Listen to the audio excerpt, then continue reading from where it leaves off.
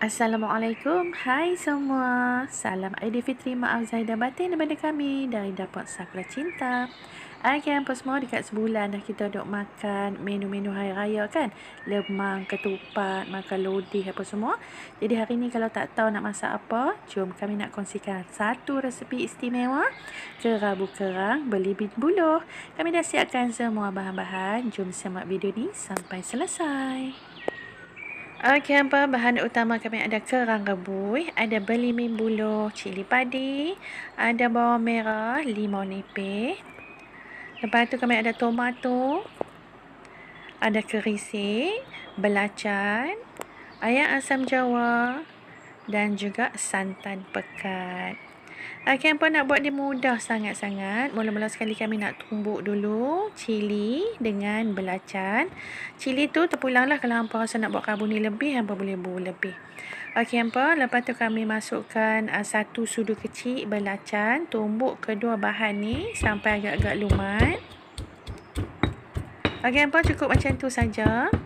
Lepas tu kami alihkan ke dalam mangkuk yang bersesuaian sebelum kita nak campur dengan bahan-bahan yang lain. Okey, hampa, bubur kerang. Untuk bahan-bahan kerabu ni terpulang kat hampa. Kalau nak buat banyak, boleh lebihkan bahan-bahan. Tak ada sukatan yang khas. Okey, lepas tu kami bubur tomato. Kami guna setengah biji saja sebab tomato tadi besar kan. Kalau nak bubur lebih pun tak ada masalah lah, boleh je. Lepas tu buah belimbing buluh. Pastikan belimbing buluh ni masih yang muda lah, jangan yang lembek-lembek sangat. Lepas tu bubur pula dengan bawang merah. Seterusnya kami bubur ayam asam jawa dan juga santan pekat.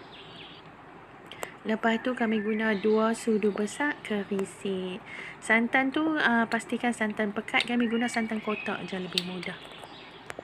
Lepas tu perasakan sikit dengan garam, jangan terlalu banyak sangat sebab tadi kita dah bubur belacan kan.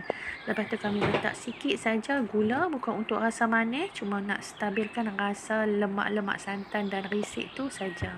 Mudah kan nampak? Okey, dah campur semua. Lepas tu kacau sebati semua. Lepas tu hampa rasalah. Limau nipis nanti kami akan letak di atas kerabu. Bila kita nak makan nanti kita perah. Bukan apa, untuk menaikkan aroma dia saja. Okey, hampa, kerabu kerang dengan belimbing buluh dah sedia untuk disajikan. Hampa tengok berselera makan dengan nasi panas-panas pun dah cukup dah, hampa. Okey, hampa, setakat ni saja perkongsian menu sederhana daripada kami hari ini. InsyaAllah panjang umur di lain kesempatan kami akan berkongsi lagi menu-menu istimewa dengan hampa semua. Okey, sebelum kami nak mundur diri, kami nak mendoakan semoga kita sentiasa sihat, selamat, bahagia dan akhirat di bawah perlindungan dan rahmat serta kasih sayang Allah SWT. Semoga Allah luaskan pintu rezeki kita. Semoga Allah berikan kita kesihatan yang baik, dan yang paling penting, semoga Allah kurniakan kita zuriat serta keturunan yang soleh dan soleha. Amin amin ya rabbal alamin. Okey, hampa semua, sampai jumpa lagi di lain video.